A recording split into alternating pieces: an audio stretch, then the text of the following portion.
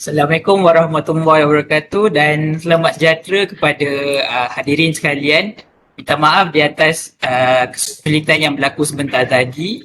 Jadi terima kasih diucapkan kepada para hadirin kerana sudi meluangkan masa pada petang ini untuk sama-sama kita mendengar sedikit cerita ataupun pengalaman daripada speaker kita sendiri iaitu Dr. Waliuddin. Jadi pada petang ini kita berkesempatan untuk mendengar perkongsian daripada Dr. Waliuddin bertajuk Perjalananku bersama Program Sains Forensik di Kampus Kesihatan. Jadi untuk makluman semua,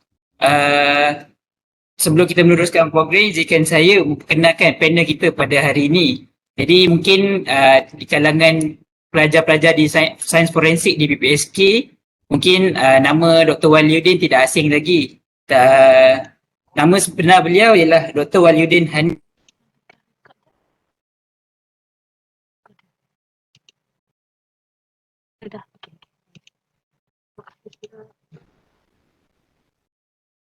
Saya nak post screen tu.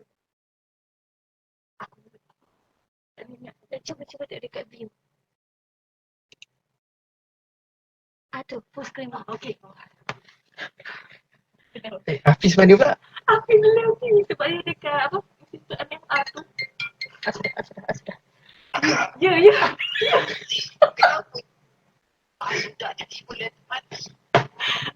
Ya ke? Tak apalah, tak apa. Tak apa. Kalau macam tak, doktor tekan. Okey, tak apa. Kenapa Hafiz lag? Sebab Hafiz punya laptop dah mati. Oh. Okey. Abang boleh teruskan sebab laptop dia dah. Okey, jangan. Okey, terima kasih Hafiz. Terima kasih Hafiz kerana memberikan satu pengenalan yang baik tentang diri saya. Walaupun saya tidaklah seberapa baik dan pertama kalinya saya ingin berterima kasih kepada Kelab Pasca Siswazah PPSK kerana sudi menjemput saya untuk berkongsi ringkasan perjalanan hidup saya bersama program Sains Forensik di kampus kesihatan secara umumnya dan secara lebih mendalam sekali saya akan menceritakan sedikit sebanyak aktiviti dan juga penglibatan saya di dalam program Sains Forensik. Okey, jadi saya sudah berada di bumi Kelantan ini semenjak tahun 2007 sehinggalah kini saya tidak pernah pergi keluar daripada negeri Kelantan untuk bekerja selain daripada di USM Kubang Krian. Okey, mungkin perkongsian saya ini agak sedikit nakal. Okey, tetapi saya dah mohon kebenaran daripada wajah-wajah ini. Okey, so saya saya mulakan dengan sejarah saya semasa di bangku sarjana muda Sains Forensik pada tahun 2007 hingga pada tahun 2011. Okey, saya bukanlah seorang yang ulat buku kaki membaca. Ada satu ketika banyak nota-nota yang saya tak pernah sentuh pun sebelum saya masuk ke Dewan Utama untuk menghadapi peperiksaan. Jadi saya bukanlah seorang yang sangat mementingkan keputusan apabila akhir semester, tapi alhamdulillah keputusan setiap semester agak memberangsangkan dan bagi saya sudah mencukupi kerana saya tidaklah mempunyai cita-cita yang tinggi dalam setiap bidang yang saya ceburi. So ini adalah aktiviti nakal saya yang saya lakukan dalam bilik kuliah adalah merakam gambar rakan-rakan yang sedang khusyuk belajar. Ini semua adalah kerja-kerja saya. Lihatlah betapa nakalnya saya pada masa itu. Sehingga kan ada seorang pensyarah marah saya. Dia tegur saya pada ketika itu kebanyakan pensyarah-pensyarah forensik terdiri daripada tenaga pengajar daripada negara India. dan mereka memang tidak tahu bertutur bahasa Melayu. Mungkin sedikit mereka boleh bertutur bahasa Melayu, dan saya ingat lagi kata-kata mereka. Dia kata, Mr. Panis, kiranya korang masih kenal lagi sesiapa yang masih mengenali beliau.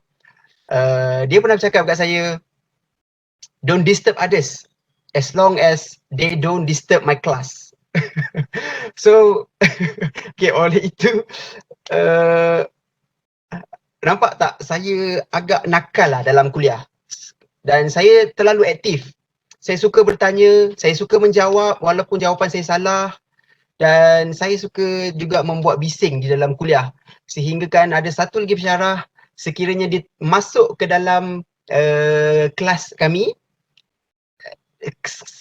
kebanyakannya dia selalunya pensyarah tu hanya masuk dan duduk di depan komputer dan menceritakan kuliah yang perlu disampaikan tanpa melihat wajah-wajah pelajar. Tapi apabila dia masuk sahaja kelas saya, dia dah tahu dah, oh saya masuk kelas wali rupanya. Sebab keadaan bising tu lebih daripada dia menghadapi kelas-kelas yang lain. Disebabkan saya agak menonjol dengan keaktifan saya di dalam kuliah. Okey, seterusnya banyak aktiviti makmal yang dirancang dalam program forensik. Saya tidak dapat bercakap dengan secara mendalam pada sesi ini, tetapi boleh lihat pada gambar-gambar kita menganalisis cap jari, kita belajar bagaimana cara penjujukan DNA, kita melihat bahan-bahan bukti melalui mikroskop, kita juga menganalisis bahan-bahan bukti fizikal. Okay lah, itu sedikit sebanyak lah. Dan juga kami membuat perbincangan dan melakukan laporan bertulis. Okay, sedikit sebanyak ini saya kongsikan pelibatan saya di dalam universiti. Saya bergiat agak aktif di dalam universiti. Saya bermula dengan PPMS. Nama panjang dia adalah Pembimbing Pelajar Minggu Suai Kenal. Pembimbing Pelajar Minggu Suai Kenal, ya. Tapi sekarang dah lain, nama dia dah berubah. Kalau saya tak silap PPSL, tapi saya tak ingatlah nama penuh dia apa. Okay, so saya bermula dengan PPMS pada tahun 2008 dan kemudiannya saya dilantik, saya masuk bertanding untuk menjadi Majlis Perwakilan Pelajar di kampus kesihatan, walaupun sebenarnya saya tidaklah terlalu cenderung di dalam bidang politik ini, tetapi saya tak sengaja dipilih dan bertanding, dan pada masa itu saya hanya menang lebih 8 undian sahaja berbanding pihak lawan, dan pihak lawan tu sebenarnya kawan dan juga senior saya. Dan seterusnya saya menjadi pengarah kampus untuk expo kampus, seterusnya menjadi pengarah projek Hari Tautan Mesra. Saya juga dilantik sebagai naib pengurusi kelab keusahawanan siswa Universiti Sains Malaysia dan memerangkap pengerusi kepada kelab ini di kampus ini. Menjadi pengarah Hari Tautan Mesra, pengarah futsal bola jaring piala pengarah kampus, pengarah graduation night, pengerusi kelab pasar siswaza selama 3 tahun, dan akhir sekali bila saya dah bekerja di sini sebagai pensyarah, saya menganjurkan program Junior Detective Crime Scene Investigator. Okay, sedikit sebanyak saya akan menceritakan beberapa penglibatan ini dengan lebih jelas melalui gambar-gambar. Okey, jadinya pada tahun 2008 juga melihatkan saya menjadi wakil program sains forensik ke Convex USM 2008. Convex ini adalah satu pameran ketika convocation di Universiti Sains Malaysia cawangan Pulau Pinang lah. Okey, dan seperti biasa sains forensik akan menjadi pemenang di dalam pameran ini. Saya pun tak tahu kenapa, semesti biasa kita akan menjadi juara bertahan di dalam pameran ini. Okey, seterusnya pelibatan saya dengan kerjasama kampus Induk dari Universiti Sains Malaysia kampus Induk, saya juga dipilih untuk pergi ke satu program keusahawanan siswa antarabangsa di Aceh sempena 5 tahun selepas berlakunya banjir besar tsunami di Aceh pada tahun 2003, dan kami datang 5 tahun selepas tu untuk melihat kerancakan ekonomi yang berlaku di sana. Dan satu benda yang paling terkesan di dalam diri saya adalah saya melihat mahasiswa-mahasiswa di sana mempunyai tanggungjawab untuk menyebarkan ilmu yang dipelajari di dalam universiti dan untuk disebarkan kepada masyarakat. So sekiranya mereka adalah sekiranya mereka graduan keusahawanan, mereka perlu mengajar cara-cara berusahawan yang sebenar. Mereka mempunyai teori dan mereka melakukan praktikal dan mengajar usahawan-usahawan yang berada di sana. Jadi bila saya balik ke Malaysia, saya rasakan bahawa sekiranya saya seorang pelajar forensik, saya harus menforensikkan jiwa masyarakat juga menjadi jiwa menyiasat dalam setiap perkara. Bukan hanya untuk aplikasi sains forensik, tetapi dalam banyak bidang kita perlu ada jiwa penyiasatan.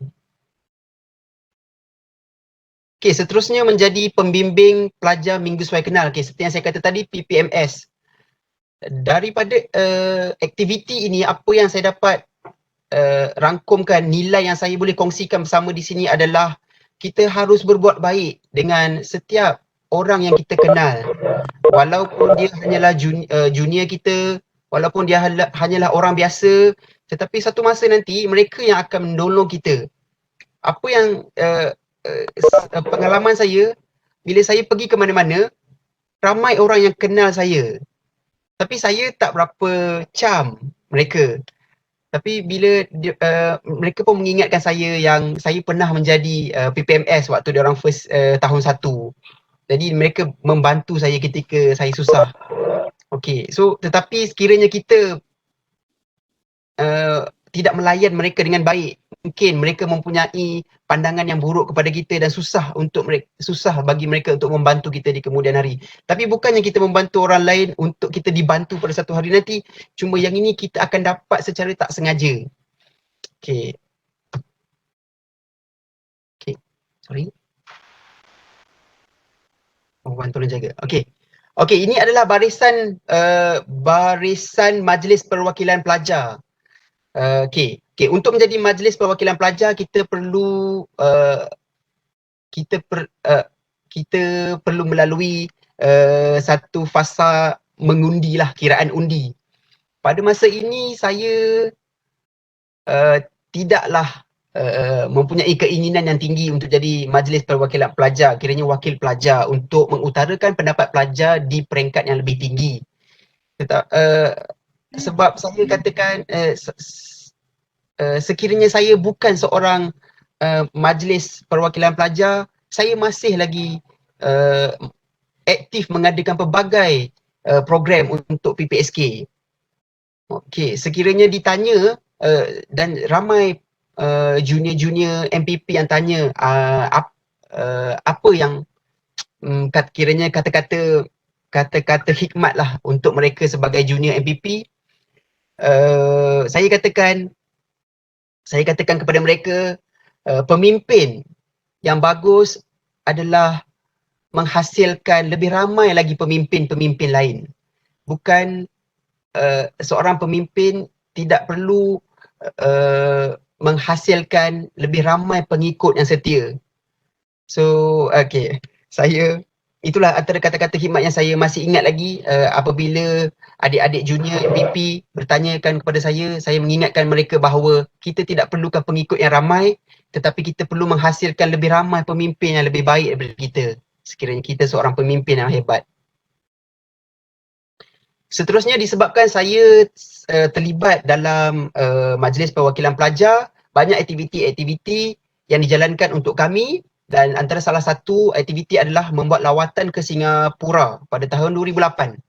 Okey, aktiviti ini sebenarnya aktiviti ini melibatkan pertukaran idea antara dua universiti. Kami pergi beberapa buah universiti di sana dan kami melihat sendiri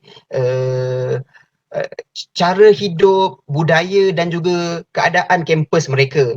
Dan apa yang terkesan di hati saya melalui lawatan ini adalah pelajar mereka sendiri sangat proaktif. Pelajar mereka sendiri menggerakkan kebanyakan projek-projek. Jika kita lihat dalam gambar rajah ni, mereka menganjurkan program kita semula, sekiranya ada baju-baju terpakai, mereka mengamalkan konsep 3R dengan bersungguh-sungguh. Okay, dengan bersungguh-sungguh.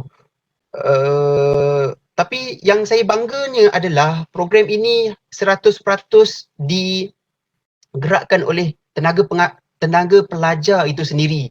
Dan dari kutipan dari segi dana sendiri, mereka mencari dana menggunakan usaha mereka sendiri. Berbanding projek-projek yang dijalankan oleh pelajar di USM, kebanyakannya dana-dana dimohon daripada pihak pusat pengajian, daripada hal ehwal pelajar dan juga universiti sendiri. Itulah berbezanya saya nampak di Universiti Singapura, kebanyakannya pelajar-pelajar dia menggerakkan projek itu secara bersendirian lah.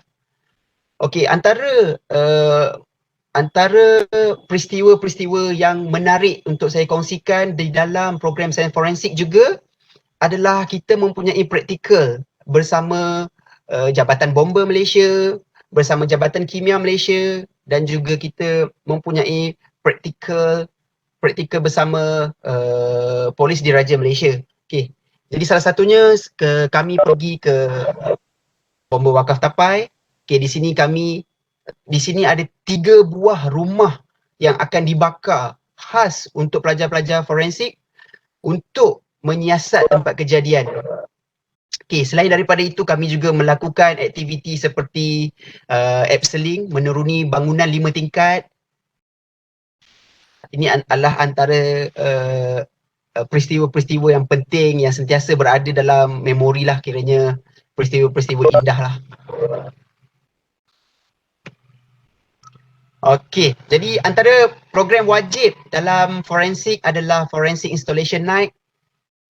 Di sini kami meraihkan pemergian. Kami meraihkan pelajar tahun 3 yang bakal menjalani praktikum di Petaling Jaya dan juga Ceras. Petaling Jaya, kita ada Jabatan Kimia Malaysia di Petaling Jaya.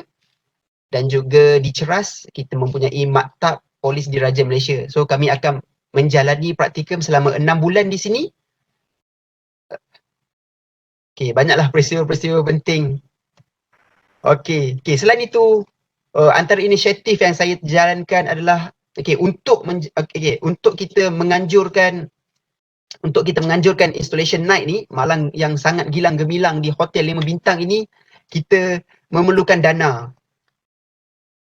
Okay, kita memerlukan dana. So antara aktiviti-aktiviti mengutip dana yang pernah saya anjurkan adalah saya mengadakan futsal dan juga bola jaring Piala Pengarah Kampus pada tahun 2010. Okay, ini adalah antara aktiviti-aktiviti yang dijalankan. So di sini apa yang menariknya di sini adalah Piala Pengarah Kampus ini, bila saya gunakan nama Piala Pengarah Kampus, semua jabatan di universiti perlu menghantar wakil dan setiap perwakilan akan dikenakan yuran, dan yuran-yuran ini akan masuk ke dalam persatuan kami. Dan yang lebih menariknya, kami tidak mengeluarkan satu sen pun kerana semua peralatan telah dimohon daripada pengarah kampus untuk digunakan, dan hadiah sendiri dihadiahkan oleh pengarah kampus. Jadi di sini dengan kreatifnya kami tidak mengeluarkan apa-apa duit, tetapi kami mengumpulkan duit yang sebanyak mungkin untuk dijana untuk digunakan pada malam installation night.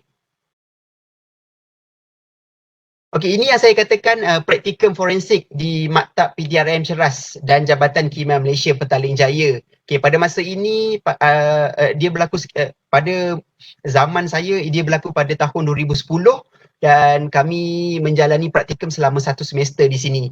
Okey, boleh tengok gambar di sebelah kiri yang tengah tutup telinga tu sebenarnya itu adalah Jabatan Kimia di Jabatan Kimia Malaysia di mana mereka melakukan tembakan pistol. Mereka melakukan tembakan pistol untuk mempelajari garisan-garisan pada peluru yang akan dilepaskan daripada pucuk pistol. Okey, kami juga mempunyai percubaan di mahkamah di mana saya berada di kandang saksi sebagai pakar forensik. Okey. Ini semua adalah hanyalah percubaan lah, tapi kami dapat merasainya dengan ini adalah satu pengalaman yang baik lah. Okey, seterusnya. Okey, saya bergraduasi pada tahun 2011. Di sini saya dengan Hafiz Syuib sebenarnya sebaya je. Cuma dia tak pakai baju konvo. Tapi sebenarnya Hafiz pada masa itu adalah artis jemputan pada tahun 2011. Dan ini adalah satu pengalaman lah manis untuk saya dapat bergambar dengan artis. Okey. Satu pengalaman yang baik. Okey. Dan bermulanya selepas habis saya bergraduasi pada tahun 2011, sebenarnya tidak ada terlintas sedikit pun di dalam benak pemikiran saya untuk menyambung pelajaran di peringkat sarjana dan juga ijazah kedoktoran PhD. Tetapi pada masa itu tidak ada peluang pekerjaan yang sesuai untuk saya dan saya juga merupakan penerima beasiswa JPA dan kebanyakan syarikat-syarikat swasta tidak berminat untuk mengambil pelajar-pelajar yang mempunyai beasiswa JPA kerana dikuatiri mempunyai ikatan dengan kerajaan. Okey, jadi saya dan pada masa itu juga tidak banyak pembukaan peluang-peluang pekerjaan yang ditawarkan di dalam kerajaan sendiri. Jadi saya hanya bekerja di Maidin sebagai pembantu jualan. Kalau orang Maidin dia selalu sebut SA, Sale Assistant. So saya jadi pembantu jualan dan selama saya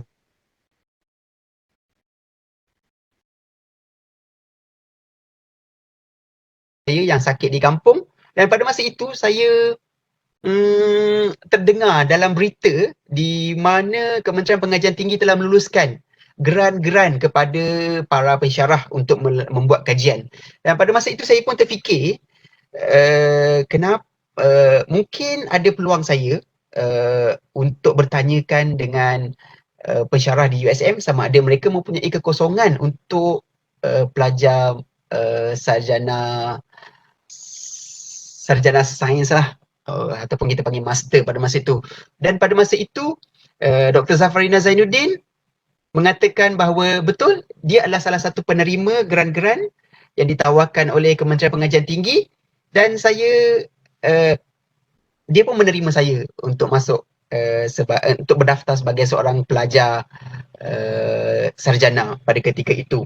Dan pada ketika itu saya bernasib baik kerana geran yang diperolehi oleh Prof Zafarina agak tinggi. Dan sekiranya geran yang tinggi ini mampu untuk menampung dan menggajikan saya sebagai seorang pegawai penyelidik. Okay, pada masa tu gaji yang saya dapat lebih kurang RM3,000, RM2,500 ke RM3,000 sebulan. So sangat mencukupi. Tapi pada masa yang sama, saya juga melakukan banyak kerja-kerja perniagaan sampingan. Antaranya saya jual koyok kaki. Itu tu kaki saya membuat eksperimen sendiri sama ada betul ke tidak koyok kaki ni berkesan. Okay, kalau rakan-rakan dan adik-adik junior mungkin masih ingat lagi. Okay. Boleh nampak ni Zul ataupun ramai orang yang panggil dia Zul botak sebab dia sentiasa berambut pendek. Dia lah yang ibarat adik saya lah di USM pada ketika itu yang banyak membantu saya. Boleh katakan saya juga duduk di bilik beliau semasa saya melanjutkan pelajaran di peringkat sarjana. Saya tumpang je, saya tak bayar pun dekat dia. Terima kasih Zul. Jasamu dikenang. Okey, itu adalah mesin basuh. Saya juga mendapat tawaran untuk meletakkan beberapa buah mesin basuh di Desa Siswa Murni 6, dan kalau saya tak silap saya dapat tender ni selama 4 tahun, dan seterusnya apabila bertukar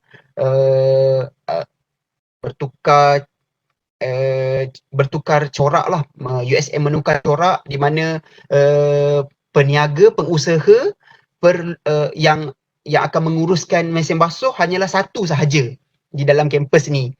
So selepas tu saya pun menarik diri daripada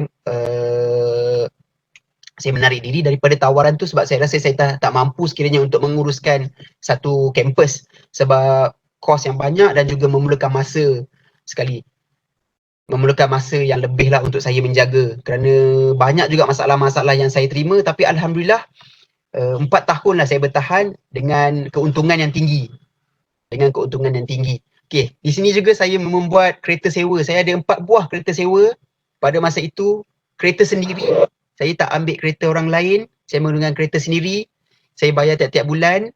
Okey, Alhamdulillah masih lagi ada. Yang BLN ni saya dah jual sebab dah habis bayar. Lagipun dah 2 tahun zaman COVID ni menyebabkan kesukaran lah untuk saya menerima lebih banyak. Permintaan pun semakin kurang lah. Hanya tinggal legend. So masih ada 2 buah lagi kereta yang masih lagi berjalan untuk disewa.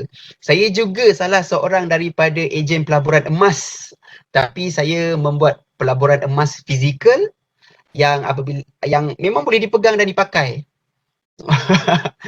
Boleh dipegang dan dipakai. Saya tidak menjalankan saya bukan menjalankan pelaburan emas maya yang hanya menggunakan akaun. Okey, so saya bergiat sangat-sangat aktif. Pada waktu siang dan malam saya banyak memikirkan pasal keusahawanan ni lebih daripada saya memikirkan pasal penyelidikan saya. Okey. So banyaklah pengalaman saya. Saya jual baju jersey, barang-barang kosmetik juga. Walaupun saya sendiri tak pakai apa-apa di muka saya, tapi bila saya yang jual, ramai orang kata, oh patutlah muka adik bersih. Sebenarnya saya pun tak tahu kat mana kebersihannya muka saya, tapi saya memang tak pakai, saya hanya jual saja. Saya hanya untung atas angin lah orang panggil.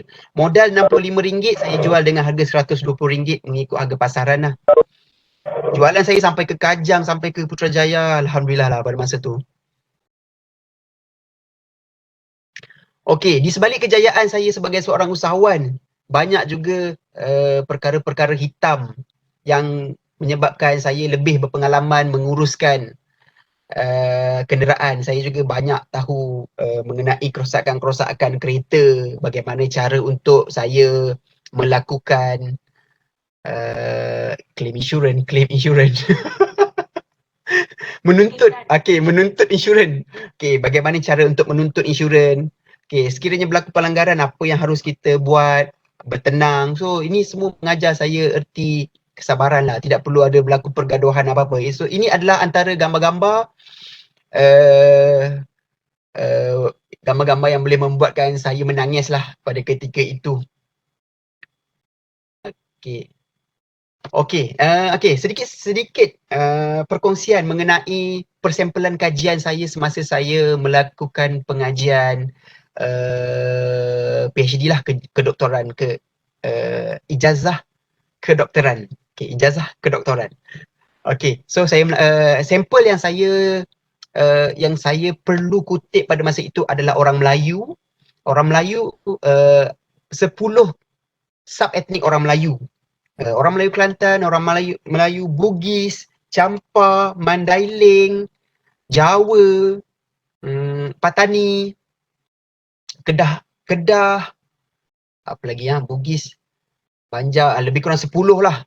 Dan juga orang asli, kami mengutip daripada sub-etnik Batik, Kensiu, Lanoh, Cek Wong, Semai dan orang Kanak. Okey, ini adalah antara sampel-sampel yang saya kumpulkan lah untuk kajian DNA, dan lebih mendalam lagi saya punya kajian adalah berkenaan dengan genetik populasi. Saya mengkaji saya mengkaji asal-usul dan juga persamaan di antara orang Melayu dan juga orang asli. Okey, adakah persamaan dari segi DNA itu sendiri di antara orang Melayu dan orang asli? Okey, panjang lebar untuk saya terangkan kajian ni, tapi ini adalah ringkasan lah. Ini adalah aktiviti-aktiviti selain daripada kami mengumpulkan darah, kami juga melakukan pelbagai aktiviti bersama orang asli lah, pemeriksaan kesihatan, pelbagai permainan, aktiviti Ratu Cantik bersama anak-anak orang asli di sana, dan kami menghubungkan antara dua populasi ini. Tapi apa yang menyedihkan saya apabila terlalu banyak kajian yang dilakukan ke atas orang asli, kebanyakan orang asli menjadi malas disebabkan setiap bulan akan adanya kajian dan juga kedatangan pelajar-pelajar universiti ke dalam perkampungan orang asli, dan pelajar-pelajar itu sendiri akan memberikan makanan, akan membuat jamuan, akan mengadakan gotong royong untuk orang asli itu sendiri. Disebabkan terlalu banyak bantuan ini, saya nampak mereka sangat dimanjakan oleh kerajaan, dan sehingga mereka sendiri ada beberapa populasi yang sangat manja dan mereka hanya bergantung kepada bantuan kerajaan, dan juga dari segi kebersihan juga mereka tidak menjaga kerana mereka tahu setiap bulan akan adanya pelajar-pelajar universiti untuk datang membersihkan kawasan tempat tinggal mereka.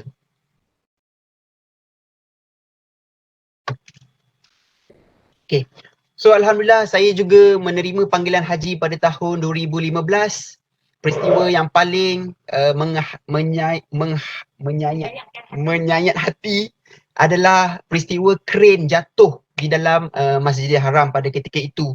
Okay, sekiranya saya masih ingat lagi masa saya datang, inilah pertama kalinya saya menjejakkan kaki di Mekah, dan saya pun sebenarnya tak terfikir pun saya akan menjadi tetamu Allah pada tahun yang seawal usia saya pada ketika itu. Tapi Alhamdulillah saya dapat pergi dengan mak saya, dan sebenarnya pada ketika ini saya mengalami saya agak buntu di dalam pengajian sarjana kedoktoran saya. Saya sangat buntu pada ketika itu sebab saya terpaksa menunggu kit untuk menganalisis DNA selama 1 tahun. Kerana pembelian tu melibatkan 50,000 ke atas, pembelian kit DNA itu perlu melalui beberapa proses mesyuarat sehingga ke pengarah kampus. Okey, proses pembelian ini melibatkan 1 tahun, dan di sini sebenarnya kesalahan saya juga tidak merancang dengan betul, kerana dalam pemikiran saya hanya berfikir satu step ke hadapan, satu langkah ke hadapan sahaja. Sepatutnya saya perlu melihat apakah langkah-langkah yang perlu saya lakukan untuk saya habiskan kajian saya. Tapi pada masa ini saya tidak berfikir panjang, saya hanya memikirkan apakah langkah seterusnya sahaja, satu langkah ke depan sahaja. Jadi saya mengalami kelewatan selama 1 tahun untuk proses pembelian kit. Okay, so tapi Alhamdulillah sewaktu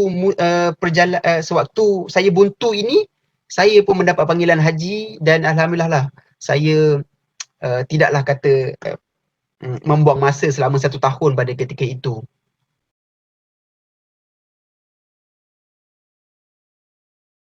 Okey, seterusnya yang sentiasa berada di dalam hati saya adalah geng-geng pasca Siswazah 2012 sehinggalah 2018. Dan sebenarnya selepas saya dilantik menjadi pensyarah pun, saya masih lagi duduk di bilik pasca Siswazah ini, kerana saya, kalau orang putih kata, saya tak boleh move on lah. Sebab di dalam jiwa saya banyak menghabiskan masa duduk di dalam bilik ini sehingga ke 2-3 pagi untuk melakukan analisis kajian. Okay, kawan saya yang paling baik pada masa itu adalah Adu, nama dia Adu, ataupun nama penuh dia Ko Swee Liang. dialah yang sentiasa menemani saya di dalam bilik ini, dan dia juga sentiasa dia juga selalu tidur dalam bilik ni sebab menunggu analisis dia di makmal. Okay. Saya juga pernah juga buka puasa di dalam makmal. Kami mengecat bilik postgrad launch bersama-sama. Jadi banyaklah aktiviti yang masih lagi segar di dalam ingatan saya.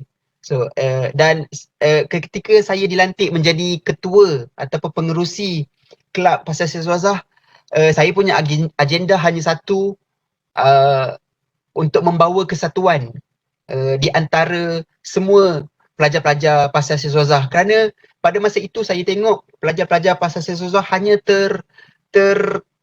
hanya berkawan dengan kawan dalam satu makmal sahaja. Jadi dia tak pelajar-pelajar Pasal Siswazah forensik tidak mengenali pelajar bioperubatan, tidak mengenali pelajar pemakanan, dietetik. So saya nampak di sini ada kekurangan di situ. Kerana apabila kita bekerja nanti, kita perlukan banyak rakan-rakan daripada pelbagai cabang pengajian supaya kita boleh rangkumkan menjadi satu kajian yang bersepadu lah. Tapi benda ni saya kurang, saya melihat ada kekurangan di antara pelajar. Jadi banyak aktiviti yang saya rancang adalah aktiviti-aktiviti kesatuan lah, seperti makan-makan, BBQ. Itulah, kalau tengok muka saya je, memang saya setiap tahun saya akan adakan BBQ pada zaman saya menjadi ketua pengerusi untuk kelab Siswazah, dan mereka sentiasa berada di dalam hati saya. Okey, alhamdulillah pada tahun 2018 saya berjaya menghabiskan pengajian ijazah kedoktoran saya, PhD pada tahun ini, selepas 6 tahun lah, boleh katakan 6 tahun. Saya berdaftar pada bulan 4 2012 dan saya menghantar saya punya laporan tesis pada bulan 3 2018. Boleh dikatakan 6 tahun juga perjalanan. 6 tahun ini sebenarnya termasuklah pengajian sarjana saya, di mana saya melakukan peningkatan pengajian. Saya melakukan peningkatan pengajian dan saya tidak ada sijil sarjana, saya tidak ada sijil master, tetapi pada tahun pertama saya pada tahun pertama pengajian saya di peringkat sarjana, di peringkat master, saya melakukan conversion, saya melakukan peningkatan pengajian, dan di situ secara automatiknya tarikh saya mendaftar sebagai seorang master student, tarikh di mana saya mendaftar sebagai seorang pelajar sarjana ditukar menjadi pelajar ijazah kedoktoran. Jadinya saya di sini tidak mempunyai sijil untuk peringkat sarjana. Ada satu lagi jalan di mana kita tidak memerlukan peringkat sarjana untuk ke peringkat ijazah kedoktoran sekiranya kita mendapat CGPA lebih daripada 3.67. Kiranya saya pun tak pastilah kategori apa pada masa tu. So sekiranya CGPA kita tu melebihi 3.67, kita layak untuk mendaftar terus. Kiranya kita panggil fast track lah. Fast track untuk terus ke peringkat ijazah kedoktoran. Tapi pada masa tu saya hanya CGPA saya cukup-cukup makan je 3.51. Dan alhamdulillah lah sepanjang pengajian saya ditawarkan beasiswa daripada Jabatan Perkhidmatan Awam JPA, tapi saya tolak sebab dalam masa yang sama saya juga menerima tawaran daripada Universiti Sains Malaysia di mana mereka menawarkan gaji bulanan lah yang lebih tinggi daripada apa yang ditawarkan oleh JPA, dan saya pun saya tidak mempunyai masalah dari segi kewangan sewaktu saya memulakan pengajian. Tetapi 3 semester terakhir semua dana-dana grant pensyarah saya sudah habis. Beasiswa daripada USM juga sudah habis. Maksimum pada ketika itu adalah 3 tahun. Di sinilah yang betul-betul menguji kekuatan saya sebagai seorang bapa kepada anak-anak saya yang lahir, boleh dikatakan setiap tahun saya mempunyai seorang anak. So, okey, pada ketika itu saya sudah mempunyai 4 orang anak. Boleh dikatakan setiap tahun saya dianugerahkan seorang anak. Dan setiap anak mempunyai peristiwa-peristiwa yang menarik di dalam kehidupan saya. Okey, jadi di situlah saya perlu mengimbangi di antara pelajaran, pengajian, isteri, keluarga, anak-anak dan juga bisnes. Okey, di mana saya pada waktu siang hari saya akan fokus dengan bisnes dan pada waktu malam saya akan fokus dengan saya punya penyelidikan. Okey. Okey. Setahun selepas saya bergraduasi sebagai ijazah kedoktoran, alhamdulillah saya ditawarkan sebagai pensyarah di USM dengan grade DS 51. Pada masa ini saya sangat bersyukurlah. Selepas, kalau tak silap saya 6 bulan lah, selepas 6 bulan saya bergraduasi, saya mendapat tawaran ini. Tapi yang menariknya, saya tidak memohon mana-mana universiti lain. Walaupun saya tahu saya layak, tetapi saya agak yakin yang saya akan ditawarkan oleh Universiti Sains Malaysia. Saya pun tak pasti kenapa, dan saya sanggup menunggu 6 bulan tanpa pekerjaan kerana saya pun tak pasti kenapa saya tak nak memohon di universiti-universiti lain. Kerana hati dan jiwa saya sangat dekat dengan USM dan saya tak sanggup untuk keluar daripada USM sebenarnya. Kalau saya balik kampung pun, sehari dua hari saya duduk di kampung, saya dah teringatkan USM. Saya pun tak pasti kenapa. Saya pun tak, begitulah keadaan saya. Boleh katakan darah saya ni kalau boleh dilihat mungkin warnanya warna ungu kot. Bukan warna merah, mungkin darah saya pun warna ungu lah. Okey, selanjutnya semasa saya menjadi pensyarah, saya menganjurkan program Junior Detective Crime Scene Investigation. Okey, di sini saya disebabkan saya mengingatkan diri saya, pengajian bukan hanya untuk diri sendiri, tetapi ilmu yang kita ada tu untuk disebarkan kepada masyarakat. Jadi di sini disebabkan saya mempunyai kepakaran dalam bidang forensik. Okey, jadi sedikit sebanyak saya nak menerapkan jiwa penyiasat ini kepada adik-adik di sekolah rendah. Adik-adik di sekolah rendah. So alhamdulillah lah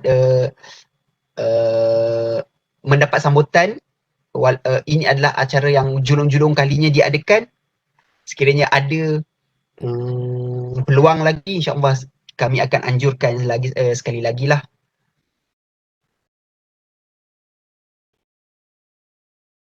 Pukul berapa dah sebenarnya?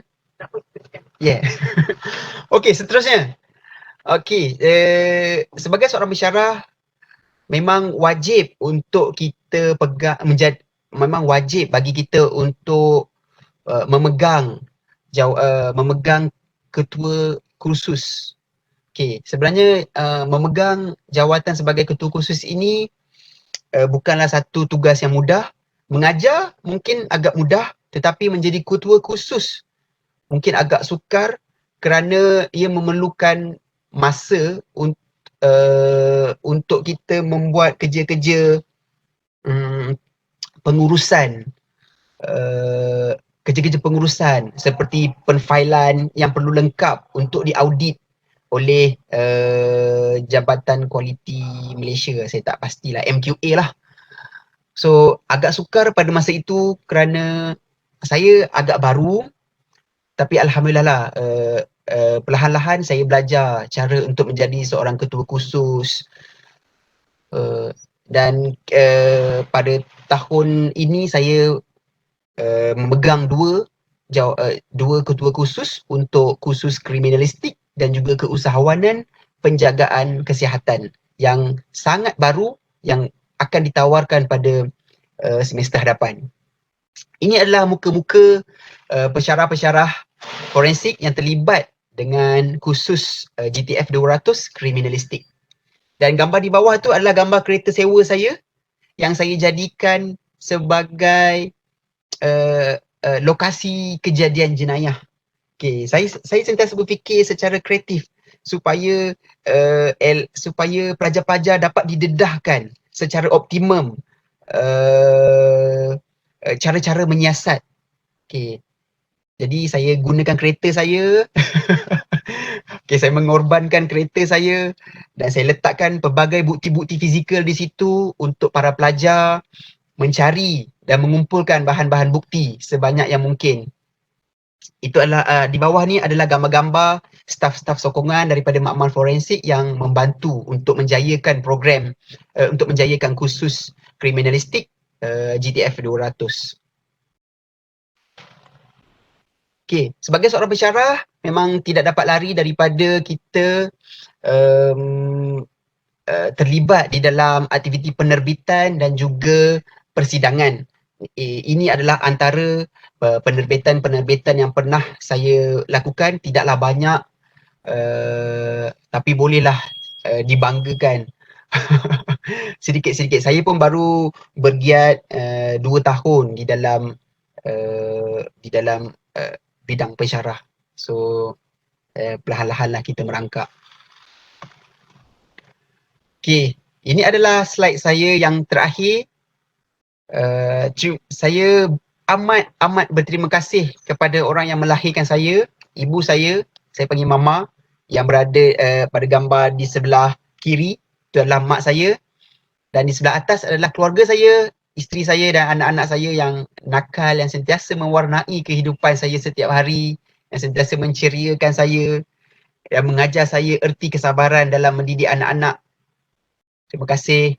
Ini di atas gambar saya bersama geng geng Pasar Siswazah yang sentiasa berada di pada setiap keadaan kita turun dan naik dan sentiasa menjayakan apa-apa aktiviti yang kita anjurkan di dalam semasa saya berada di peringkat Pasar Siswazah.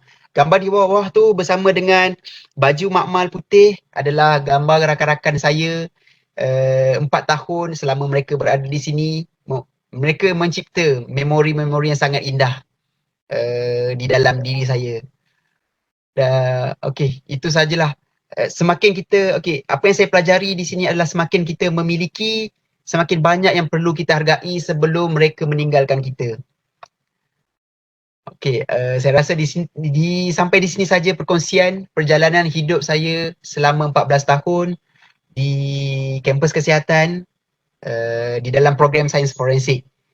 Okey, sekiranya ada sebarang pertanyaan ataupun ada adik-adik yang nak belajar dengan saya cara untuk menguruskan sesuatu projek, saya sangat galakkan dan saya akan cuba membantu sedaya mungkin kerana aktiviti-aktiviti inilah yang akan mencipta kenangan-kenangan indah. Bukan kursus-kursus yang menarik tetapi aktiviti-aktiviti yang kita jalankan di universiti lah yang menjadi memori yang boleh kita jadikan sebagai satu bahan untuk kita ceritakan kepada junior-junior kita ataupun rakan-rakan kita di selepas kita keluar daripada universiti. Okey, dengan ini saya memberi semula kepada host Encik Hafiz untuk meneruskan sesi. Okay, terima kasih Doktor di atas perkongsian sepanjang bergelar pelajar hinggalah menjadi seorang pensyarah kini. Dan untuk para hadirin, sekiranya ada soalan boleh tujukan direct kepada Doktor ataupun boleh tulis dekat ruangan komen. Jadi Doktor nak tanya, tanggapan masyarakat tentang forensik tu, contoh kalau kita sebut tentang forensik, diorang akan ingat bedah mayat and then main dengan darah. Jadi macam mana Doktor boleh ulas sikit tentang tanggapan ni and then dan bagaimana untuk kita memberi tahu tentang beritahu masyarakat tentang apa itu forensik. Okey, terima kasih Hafiz. Satu soalan yang menarik Sebenarnya memang ramai yang akan menganggap bila kita sebut sahaja forensik dia akan bermain dengan mayat. Yang lebih mengecewakan lagi tanggapan daripada pihak majikan.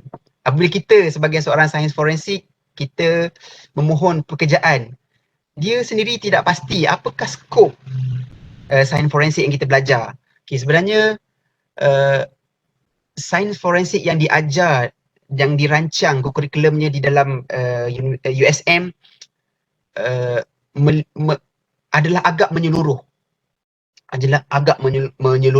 So apa-apa aplikasi yang melibatkan sains di dalam undang-undang, kita akan kategorikan dia sebagai sains forensik. Okay. Dan bermain dengan mayat juga adalah salah satu daripada kursus yang ditawarkan dalam USM. Okay. Tetapi kita tidaklah mempunyai kepakaran, kelayakan untuk kita tidaklah mempunyai kelayakan untuk mengesahkan punca kematian mayat tersebut, kerana itu adalah tugas doktor patologi di hospital. Kebanyakan kursus-kursus yang ditawarkan dalam program sains forensik ini adalah melibatkan penyiasatan bahan-bahan bukti sahaja. Kita sebagai sains forensik tidak ada kuasa untuk menghukum ataupun menentukan siapa yang bersalah di dalam sesuatu jenayah, tetapi lebih kepada membantu pihak mahkamah untuk menilai dan menentukan siapakah yang bersalah. Kita hanya mengumpulkan berapa banyak bahan bukti dan memberikan kenyataan pakar daripada pihak kita. Berkenaan dengan soalan Hafiz tadi, kita memang akan belajar forensik patologi forensik. Kalau tak silap saya, di semester akhir tahun 4 kita akan belajar sedikitlah basic sahaja berkenaan dengan forensik patologi yang melibatkan mayat. Tapi tidaklah kita tidak mempunyai kelayakan untuk mengesahkan punca kematian mayat. Dan juga saya suka ingatkan bahawa forensik sains bukanlah satu kerja yang ditugaskan untuk mencari penjenayah. Kita hanya membantu pihak mahkamah dengan menggunakan bukti-bukti saintifik yang ada di tempat kejadian.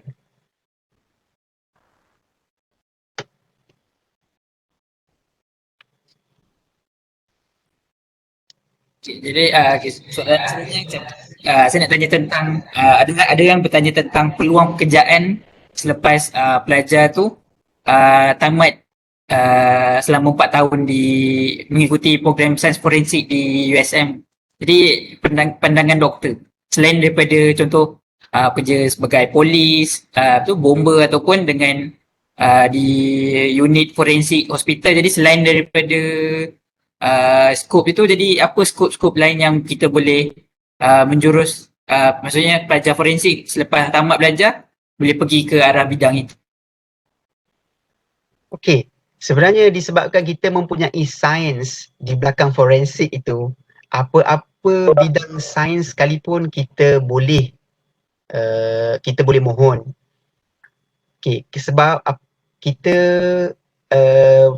kursus-kursus yang ditawarkan di dalam program forensik USM merangkumi kursus-kursus sains biologi, sains fizik, sains kimia, dan terbaru kurikulum yang ditawarkan mempunyai peratusan kimia yang tinggi supaya program ini dapat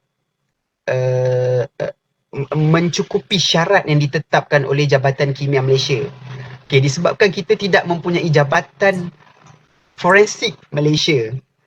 Okay, dan bahagian forensik ini terletak di bawah Jabatan Kimia Malaysia. Jadi kita harus mengubah kurikulum forensik lebih kepada subjek-subjek kimia untuk kita comply untuk kita memenuhi syarat yang ditetapkan oleh Jabatan Kimia Malaysia. Tetapi pelbagai peluang pekerjaan yang ada di luar sana sekiranya kita pandai menggunakan kursus-kursus yang kita ada. Okay. So pelbagai bidang yang kita boleh masuk. Kita boleh masuk bidang bidang biologi, kita boleh masuk mana-mana bidang pekerjaan yang melibatkan kimia dan juga mana-mana pekerjaan yang melibatkan fizik dan juga penyiasatan.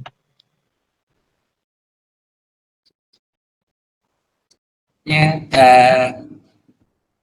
aduh. Wah. Boleh apa, doktor kongsi cabaran dihadapi dalam dunia sains forensik pada masa dulu dan kini. Cabaran. Ha.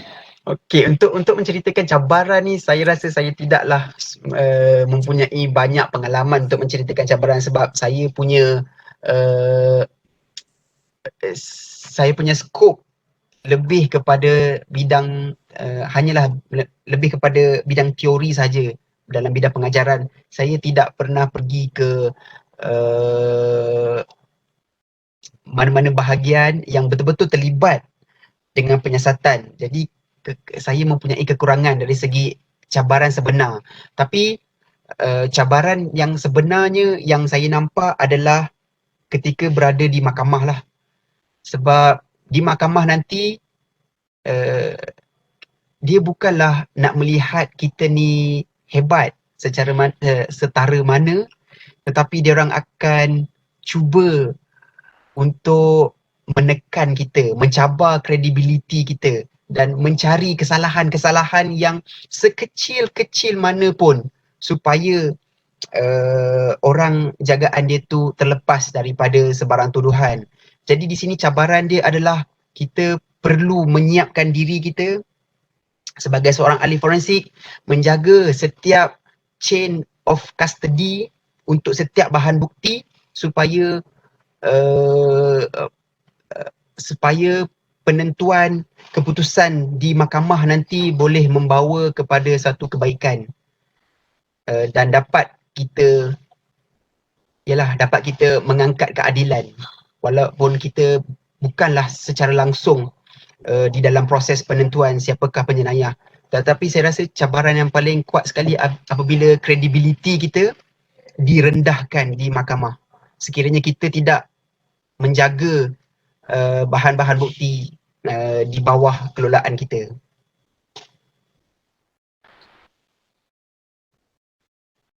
Doktor kongsi sedikit tentang umum tahu tentang forensik DNA. Jadi boleh doktor berkongsi serba sedikit tentang aplikasi forensik DNA contohnya dalam urus kes-kes yang melibatkan bencana.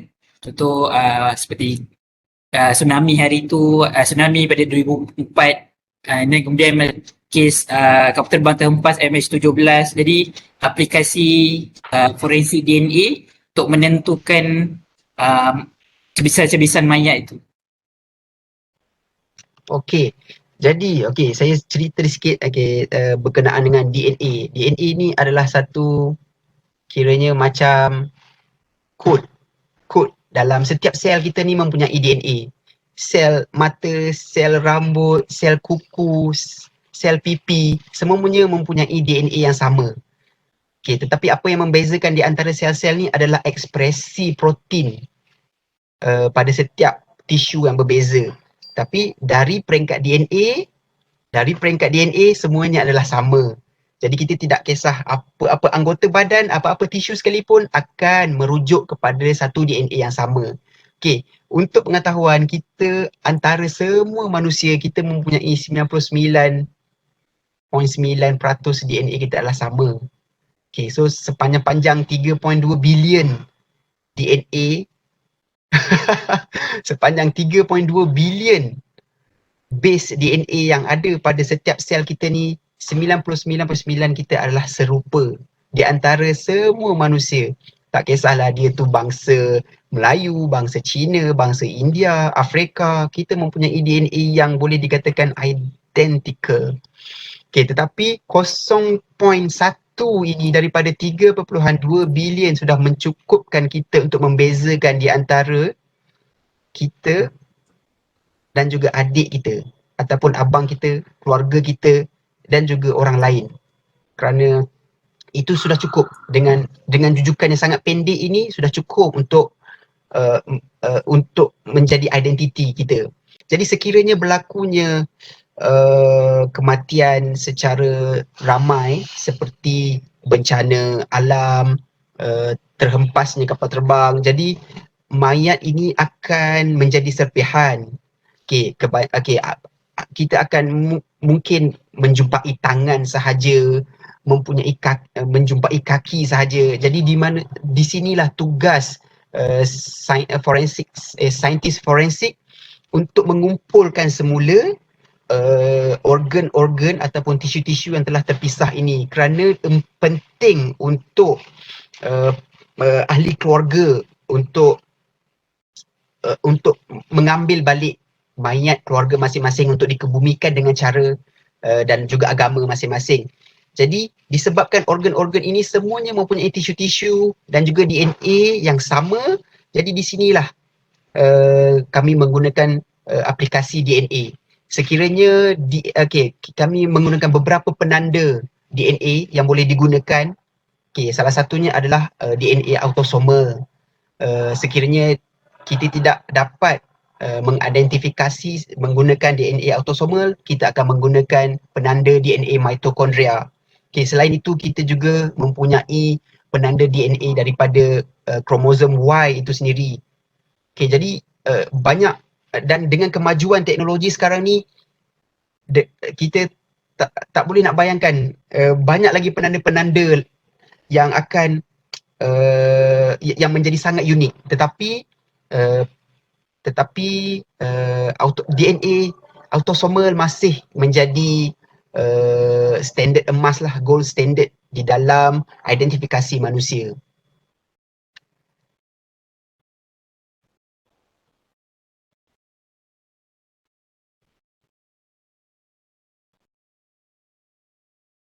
Okey, ada soalan untuk Dr. Wali.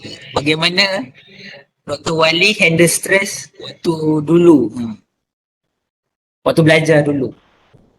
Okey, stres saya pun tak pasti saya ni stres ke tak. Cuma saya rasa mungkin threshold. Kadar stres saya tu untuk saya jadikan tekanan-tekanan itu sebagai satu faktor stres tu mungkin agak sukar lah. Sebab saya seorang yang sangat kalau dalam bahasa Inggeris happy go lucky lah. Saya juga tidak mempunyai time frame. Saya tidak mempunyai satu jangka masa untuk saya perlu menyiapkan sesuatu penyelidikan. Saya rasa kita akan mengalami stres sekiranya kita mempunyai satu sasaran. Sekiranya kita tidak meletak sekiranya kita meletakkan sesuatu kerja itu dengan satu sasaran, kita akan mengalami stres. Tetapi stres ini sendiri sebenarnya bagus untuk menekan. Apabila kita berada di dalam keadaan stres, keadaan tertekan, potensi kita akan lebih daripada potensi yang biasa kita lakukan. Cuma kita kena kenal pasti. Tapi sebab saya juga dikelilingi oleh kawan-kawan yang sangat aktif bersukan. Sangat aktif berniaga. Jadi saya dapat pindahkan sedikit sebanyak tekanan-tekanan semasa saya melakukan penyelidikan dengan cara saya berniaga, dengan cara saya bersukan. Boleh dikatakan setiap hari saya akan bersukan dengan kawan-kawan geng-geng badminton, dengan kawan-kawan jogging. So saya pun tak pasti lah saya punya stres tu kat mana. Saya tak stres sangat.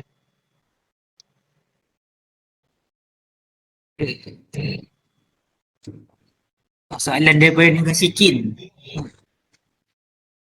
Sudi Dr. Share berkenaan persempelan kajian genetik lelaki kembar seiras. Okey, sebenarnya itu adalah kajian genetik lelaki kembar seiras ini adalah projek kajian terbaru saya yang dicipta secara tidak sengaja. Yang dicipta secara tidak sengaja sebenarnya. apa yang nak tahu sebenarnya? Okey, sebenarnya projek ini objektif dia adalah untuk membezakan di antara lelaki kembar seiras. Selama ni kita tahu yang lelaki kembar seiras, bila kita kata kembar seiras, dia mesti datang daripada gamet yang sama. Okey, tapi macam mana disebabkan ada beberapa jenayah yang melibatkan lelaki kembar seiras yang selalunya dibuang kes di mahkamah kerana mahkamah tidak dapat membezakan individu mana yang terlibat sebenarnya.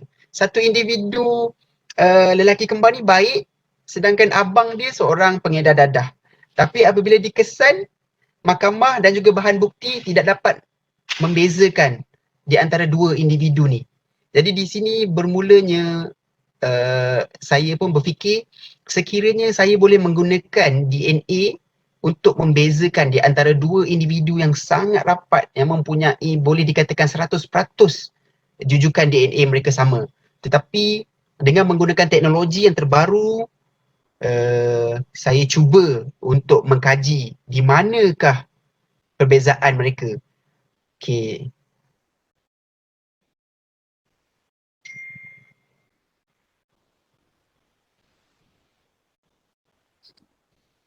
Seterusnya soalan Khairul Hafizi. Apakah program forensik ada membuat sebarang improvement dalam silibus terutamanya kepada pelajar sarjana muda? Okey.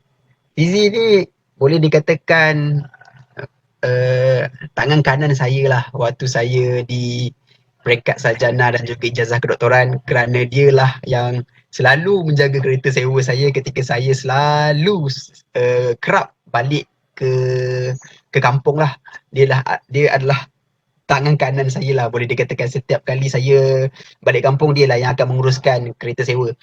Okey, jadinya sebenarnya setiap program di dalam universiti tu mengalami pembaikan setiap 5 tahun. Kami akan gubal semula kursus-kursus yang ditawarkan di dalam setiap program selepas 5 tahun. Sekiranya kursus tu masih lagi relevan untuk ditawarkan, kami akan tawarkan. Sekiranya ada kursus-kursus baru yang perlu dijumutkan, kami akan jumutkan. Okey. Okey, dan USM sendiri akan sentiasa mengikut peredaran semasa lah supaya pelajar-pelajar graduan-graduan sains forensik ni akan mempunyai potensi yang agak tinggi di dalam di dalam dunia pekerjaan nanti. Memang setiap tahun kita akan rombak dan nilai balik adakah kursus-kursus yang ditawarkan di dalam forensik ini masih lagi relevan. Ada soalan daripada Kiwi. Kiwi pun tangan kiri saya. Kursus sains forensik tak nak ke open untuk internship selain ke PDRM, Bomber dan JKM? Okey. Internship. Okey, sebenarnya praktikum untuk bomber, polis dan Jabatan Kimia ni adalah MOU di antara USM dan juga jabatan-jabatan di situ. Kerana di sinilah pelajar-pelajar forensik akan dapat masuk ke atas padang penyiasatan yang sebenar. Berbanding universiti lain, mereka lambat menubuhkan program forensik diorang. Mereka perlu beratur lah kiranya untuk mendapatkan kerjasama dan juga MOU. Okey, sekiranya tapi okey, MOU ni dia mengambil masa yang lama. Tapi saya rasa sangat penting untuk pelajar graduan-graduan belajar internship berpraktikum dengan JKM, polis dan juga bomber, kerana tempat penyiasatan utama yang ada di Malaysia ni adalah 3 cabang ni lah sekiranya dia dikategorikan sebagai kerajaan lah. Okey, tetapi kita sudah meluluskan satu lagi kursus pendek. Kita meluluskan satu lagi kursus pendek dengan industri.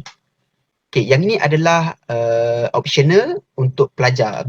Baru sahaja ditawarkan semester lepas. Sepanjang cuti di antara tahun 3 dan tahun 4, ada cuti pendek selama sebulan. Mana-mana pelajar yang nak berpraktikum di luar daripada yang nak berpraktikum di tempat lain, memang kita akan bantu untuk mereka masuk ke industri selain daripada 3 cabang ni. Macam contoh kalau macam tu kita pilih ke ataupun dah ada senarai dia punya. Okey, disebabkan ada limitasi dari pihak majikan untuk menawarkan penempatan kepada pelajar-pelajar, mungkin tak ramai yang akan terpilih. Hanya mereka yang sudi untuk memohon akan dipertimbangkan. Tapi mungkin selepas ni dengan lebih banyaknya industri yang kita jalankan kerjasama, mungkin semua pelajar tahun 3 akan berpraktikum pendek sebelum mereka berpraktikum selama 6 bulan di Ceras dan juga Petaling Jaya. Soalan daripada Aina Rashid. Aina Pelajar Rashid. background forensik kalau nak further study sesuai ke? Selain biomed dan juga bidang-bidang lain lah. Okey, sebenarnya boleh, tak ada masalah. Sekiranya kita mempunyai basic science, memang boleh masuk cabang forensik. Okey, sekiranya dilihat di dalam program sarjana forensik campuran, mixed mode, memang ramai doktor-doktor perubatan yang melanjutkan pelajaran dalam bidang sarjana campuran sains forensik. Okay, mereka daripada cabang perubatan dan mereka nak melanjutkan dalam bidang forensik. So, bolehlah, mana-mana pun sebenarnya boleh.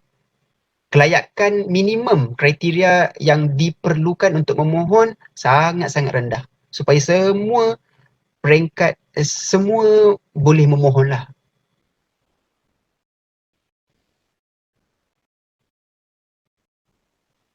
Kira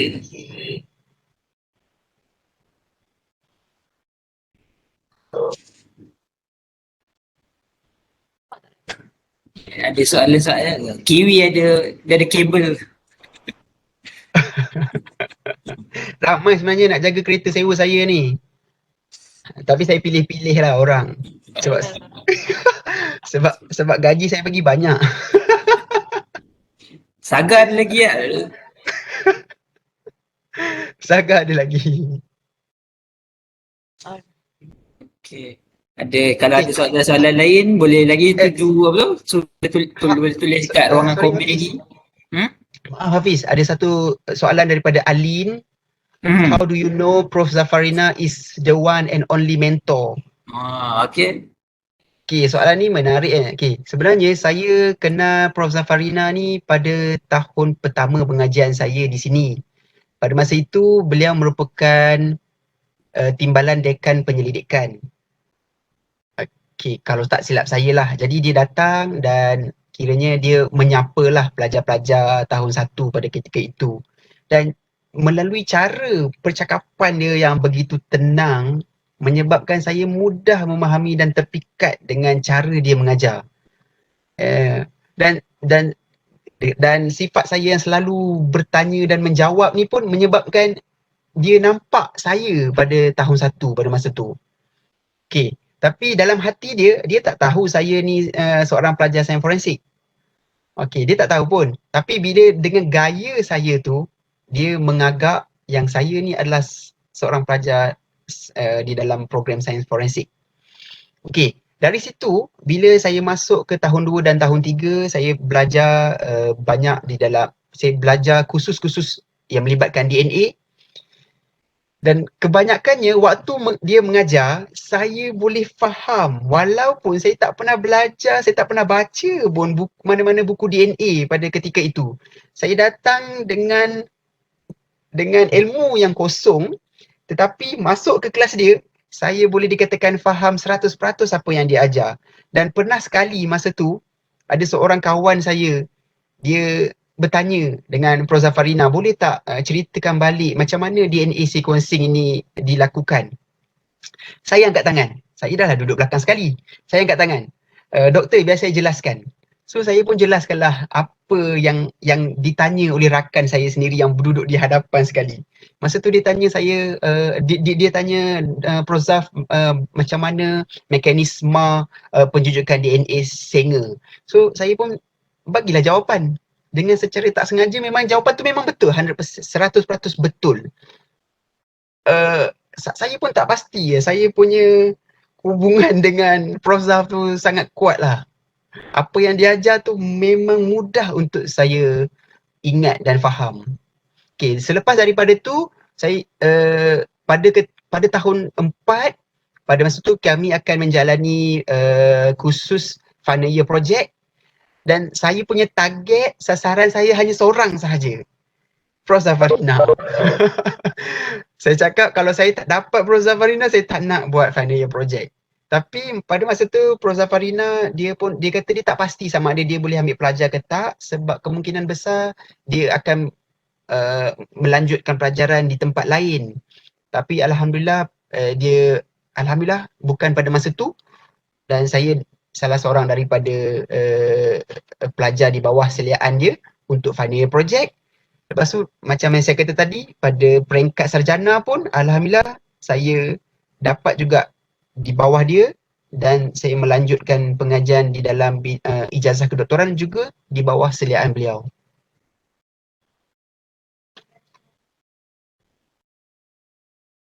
Ada soalan daripada Syaril Syami. Kalau nak ambil PhD, fast track, berapa lama tempoh masa, dan kajian tu bagaimana? Sama ada supervisor bagi ataupun pilih sendiri? Okey, ada dua cara. Sebenarnya bila kita katakan kajian, kita takkan tahu bila kita akan menghabiskan kajian kita.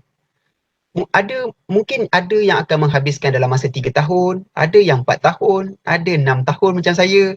Ada juga yang tak habis-habis. Ada juga yang terkandas di tengah jalan. Okey, oleh pelbagai sebab. Ada pelbagai masalah. Okey, tak semuanya. Okey, seperti yang saya ingat lagi kata-kata daripada bekas dekan PPSK, Profesor Ahmad Haji Zakaria. Dia kata kat saya, Wali, PhD is not for everyone, dia kata. Okey, ini yang menyebabkan semangat saya untuk menghabiskan. Kata-kata itu macam menjadi satu cabaran kepada saya. Dia kata PhD is not for everyone. So prove it. Dia kata. So dia menjadi satu kata-kata semangat yang saya bekalkan. Saya kata PhD untuk saya. Walaupun kalau bukan untuk orang lain, dia adalah untuk saya. Okey, itu kata-kata semangat. So jadi di dalam mana-mana kajian, kita takkan tahu bila kita akan habis, walaupun perancangan kita adalah sebaik yang mungkin. Dia bergantung kepada perancangan sangat penting, tetapi ada benda-benda di luar daripada jangkaan dan perancangan kita.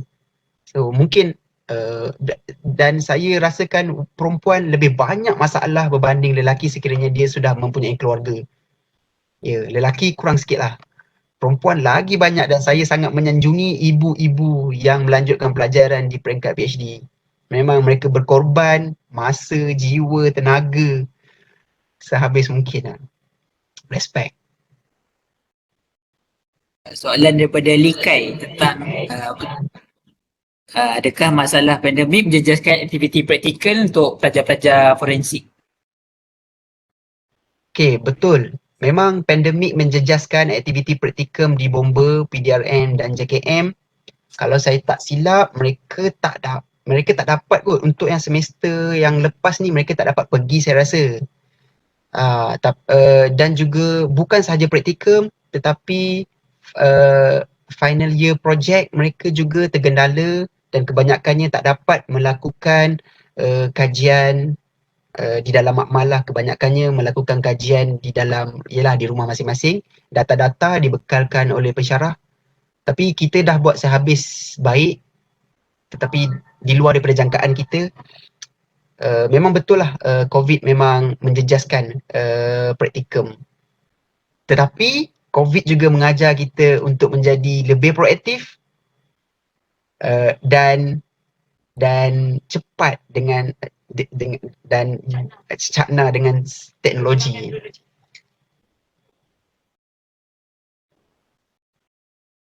Soalan lagi. Okey.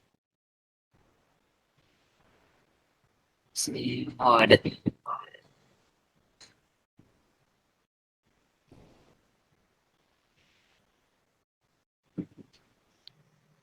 Okay, Alin, ada soalan. Actually, what your expectation from postgraduate student if you are as their supervisor? Okay, saya punya jangkaan expectation. Jangkaan saya taklah terlalu tinggi. Sekiranya mereka berjaya menghabiskan penyelidikan mereka dalam masa yang sepatutnya, mencapai setiap objektif yang dirancang di dalam setiap penyelidikan, tu dah mencukupi. Dan sekiranya mereka bergraduasi, saya menjangkakan mereka mempunyai pengalaman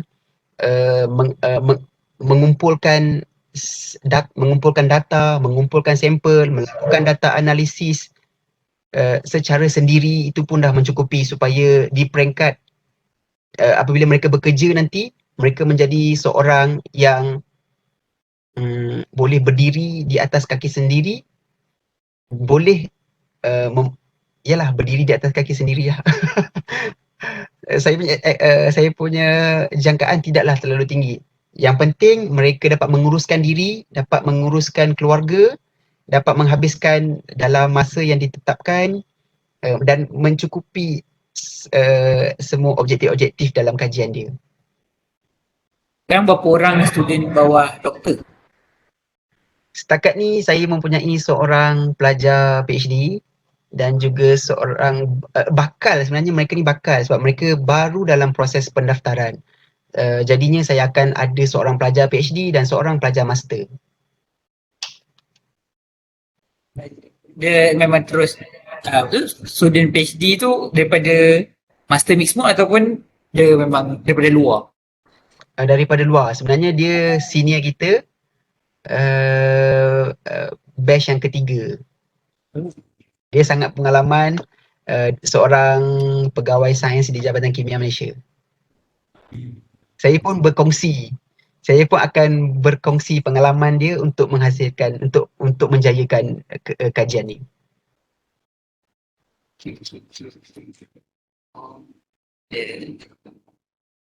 Ada soalan lagi boleh ajukan kepada doktor. Mungkin banyak lagi soalan orang.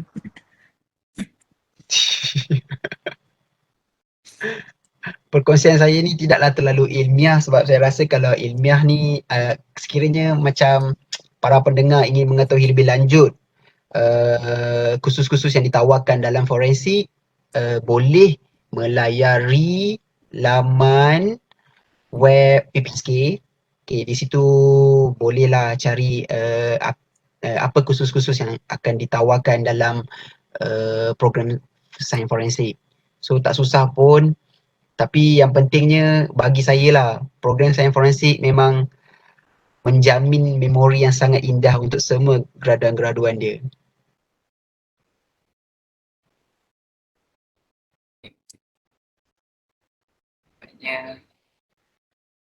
Okey lah. Okey. Terima kasih doktor di atas perkongsian pada petang ni. Jadi semoga apa yang kata-kata daripada doktor dapat kita jadi inspirasi lah untuk mana yang tengah kajian ataupun tengah dalam proses belajar lagi untuk habiskan belajar, kemudian sambung belajar ke peringkat lebih tinggi ataupun mencari pekerjaan. Okay. Yang mana memerlukan kata-kata semangat dari saya pun boleh juga. Saya boleh PM tepi sebab banyak benda yang saya dapat daripada profesor-profesor sebelum ni, sebab saya pun banyaklah terumbang-ambing di dalam pengajian saya. Ada satu peringkat tu saya kata saya memberitahu kepada penyelia saya yang saya tak nak sambung sebab saya tak minat pun sebenarnya untuk melakukan kajian setinggi peringkat master dan PhD ni. Tapi dia membekalkan saya dengan beberapa ayat lah. Dia kata kalau tak minat, tak apa dia kata. Tapi sebenarnya ketika tu saya terumak ambing sebab isteri saya baru melahirkan anak yang pertama dan pada ketika itu dia terpaksa masuk ke hospital semula, memerlukan jahitan kedua. Anak saya pun sekali masuk ke hospital dan pada masa itu saya tidak boleh menemani dia. Saya terpaksa berada di USM untuk saya punya sesi peningkatan pengajian. Masa tu saya punya pemikiran sentiasa berada di rumah. Masa tu saya buat persembahan presentasi saya pun cacah merebah. Tapi selepas saya dengar Profesor Nazmi punya kata-kata, ayat dia ibarat macam menepuk bahu saya dari belakang, menyedarkan diri saya yang tak guna saya berada di sini sekiranya saya tidak buat yang terbaik. Dan kata-kata yang saya masih ingat, dia kata, awak solat tak hari-hari, dia kata. Solat. Awak baca Quran tak? Baca. Adakah perkara-perkara ini adalah perkara-perkara yang awak minat? Tidak. Sekiranya awak tak minat, kenapa awak buat? Kenapa awak solat? Kenapa awak baca Quran? Sebab awak tak minat pun. Tapi kenapa awak buat hari-hari? Tapi lama-lama bila kita buat benda yang kita tak minat, dia menjadi satu rutin. Yang kalau kita tak buat, kita rasa macam salah. Begitulah proses kajian ni. Walaupun kajian yang kita lakukan ini sebenarnya bukanlah minat kita. Tapi minat dan kepada kecenderungan kepada penyelidikan itu akan muncul satu masa nanti. Memang akan muncul satu masa nanti, percayalah. Walaupun pada awalnya kita memang tidak minat terhadap kajian yang kita lakukan. Dan pada masa itu juga kita akan menjadi pusat rujukan untuk kajian kita. Dan baru kita tahu bahawa, oh hebat rupanya kita. Walaupun benda ni kita tak minat. Bagi kata-kata semangat buat postgrad.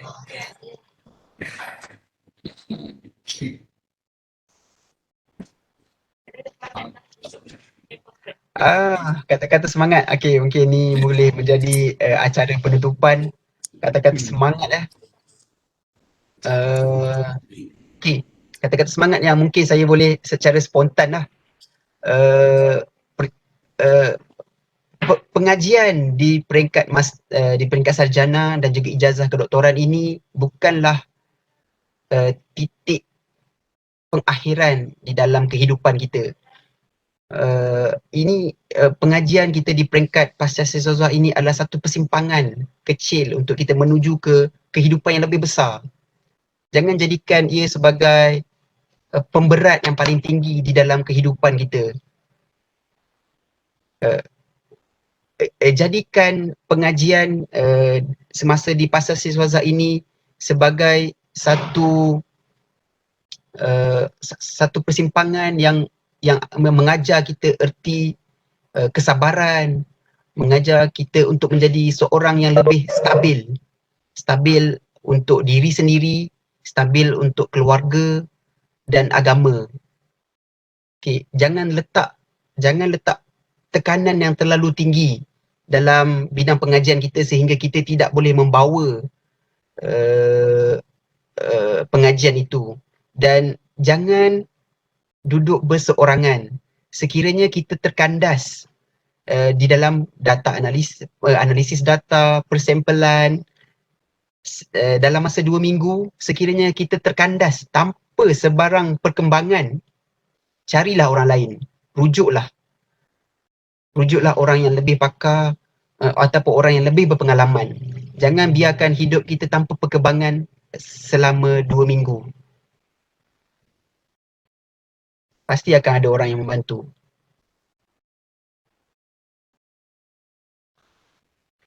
Okey. Itu cukup. Okey, terima kasih. Terima kasih doktor di atas kata-kata semangat. Semoga semua orang dapat lebih bersemangat lah lepas dengar kata-kata ni. Dapat buat kata-kata inspirasi. Okey. Boleh, semua orang boleh, insya-Allah. Terima kasih juga pada hadirin di atas kesudian untuk meluangkan masa pada petang ni. Jadi semoga kita dapat berkumpul untuk sesi yang akan datang pula. Okey, terima kasih kepada pihak Okay, penganjur kerana sudi menjadikan saya mengambil saya sebagai seorang bukan penceramah, memohon saya untuk berkongsi pengalaman sikit sebanyak. Sebenarnya saya terharu juga bila saya buat slide ni, saya tengok macam banyaklah memori-memori yang saya tinggalkan selama ni. Yang bila saya tengok balik memang boleh mengalirkan air mata kerana seronok. simpan lagi Okey. gambar-gambar lama tu. Ya, itulah saya pun pelik kan. Tak ramai sebenarnya yang mendokumentasikan memori-memori lama. Tambah pula zaman dulu tahun 2007 telefon pun tak adalah canggih mana. Nak simpan semua gambar-gambar ni kita pun tak terfikir pun. Dulu Facebook pun saya rasa WhatsApp ke Facebook pun tak ada lagi masa tu. So tak ada apa benda yang kita nak tontonkan kepada umum lah. Tapi disebabkan kenakalan saya memang saya suka mengambil saya suka merekodkan benda-benda macam ni. Okay. Okay, terima kasih doktor. Okay. Tahu lepas ni ada mungkin boleh jadi panel lagi lepas ni ke? InsyaAllah. Okay. Okay, kalau tak ada apa-apa lagi, okay, hadirin semua boleh live group lah untuk live section ni lah. Okay, terima kasih semua.